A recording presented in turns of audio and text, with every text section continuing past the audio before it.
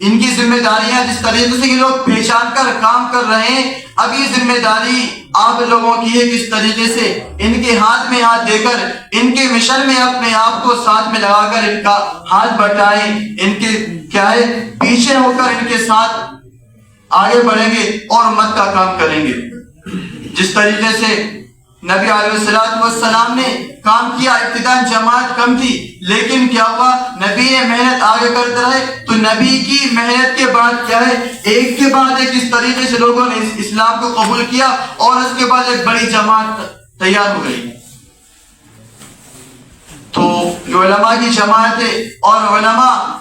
ان العلماء ورثۃ الانبیاء، کہ علماء انبیاء کے وارث ہوتے ہیں۔ جس طریقے سے نبیوں نے امت کے درمیان کام کیا ہے، عزیز ساتھیوں، اس طریقے سے علماء کی جماعت ہے، جس طریقے سے نبیوں نے کام کیا ہے، انشاءاللہ اور اللہ کی مدد سے یہ جماعت بھی نبی کو مشن کو لے کر اس طریقے سے آپ حضرات کے درمیان کام کرنے کو تیار ہے۔ لیکن سمجھنے والی بات ہے، جس طریقے سے نبی کام کر رہے تھے، نبی کے ساتھ میں ان کے ساتھ دینے والی جماعت تھی، وہ صحابہ کی جماعت تھی۔ تو اسی طریقے سے آپ کو اس طریقے سے تیار ہونا ہے کہ جب کبھی بھی علاقے کے اندر کوئی ضرورت پڑے تو وہاں پر اس جمعیت علماء ہند کا کیا ہے، ہاتھ میں ہاتھ دے کر ان کے پیچھے ہو کر ان کا ساتھ دینا ہے۔ تو آپ حضرات سبھی ساتھ دیں گے انشاءاللہ۔ اس طریقے سے یہ کیا ہے، یہ جماعت کام کر پائے گی، ورنہ اگر ساتھ نہ دیا تو یہ چند افراد کیا کام کر پائیں گے۔ ان کے درمیان جس طریقے سے ان کو کام کرنا ہے، جب آپ حضرات کی ان کے ساتھ شمولیت ہوگی، ان کے ساتھ اٹھنا بیٹھنا ہوگا، تو پتہ چلے گا کہ محلے کے اندر، بستی کے اندر کیا ضرورت ہے، کیا پریشانی ہے۔ جب ملیں گے اور جلیں گے اور یہاں پر جب یہ بات پہنچے گی تو انشاءاللہ یہ لوگ تیار ہوں گے، اور یہاں سے یہ بات تحصیل پر، ضلع لیول پر اور صوبہ لیول پر اور پورے ملک لیول پر کیا ہے بات پہنچائی جائے گی۔ جہاں سے وہ بات اور مسئلے کا حل نکلنا ہوگا، انشاءاللہ وہاں سے مسئلے کا حل نکل جائے گا۔ تو اللہ تبارک و تعالیٰ نے جو کامیابی رکھی ہے وہ اجتماعیت پر رکھی ہے۔ الحمدللہ یہ جمعیت علماء ہند یہ پورے ملک کے اندر کیا ہے، اجتماعیت کا کام کر رہی ہے۔ کس طریقے سے پوری امت ایک پلیٹ فارم پر آ کر کیا ہے، کام کرنے کے لیے تیار ہو جائے۔ وہ لوگ جو اپنے حق کو حاصل کرنے میں کیا ہے کمزور ہیں، حاصل نہیں کر پا رہے ہیں، ان کا حق دلانے کے لیے جمعیت علماء ہند آگے تیار نظر آتی ہے۔ وہ لوگ جو عدالتوں کے اندر، جیلوں کے اندر بے جرم اور کوئی جرم اگر ان کا نہیں ہے، وہ لوگ جیلوں کے اندر بندے، ان کے مسائل کو حل کرنے کے لیے، ان کے مقدموں کو حل کرانے کے لیے جمعیت علماء ہند ہمیشہ تیار رہتی ہے۔ جدید جماعت آپ حضرات کا ہمارا اس طریقے سے ساتھ دے رہی ہے، کام آ رہی ہے، یہ ہماری ذمہ داری ہے کہ ہم اس جماعت کا ساتھ دیں۔ اللہ تبارک و تعالیٰ نے جس طریقے سے اجتماعیت کی مدد کی ہے، وہ ہم اور آپ کو کیا ہے، کوئی ڈھکی ہوئی اور چھپی ہوئی چیز نہیں ہے۔ اور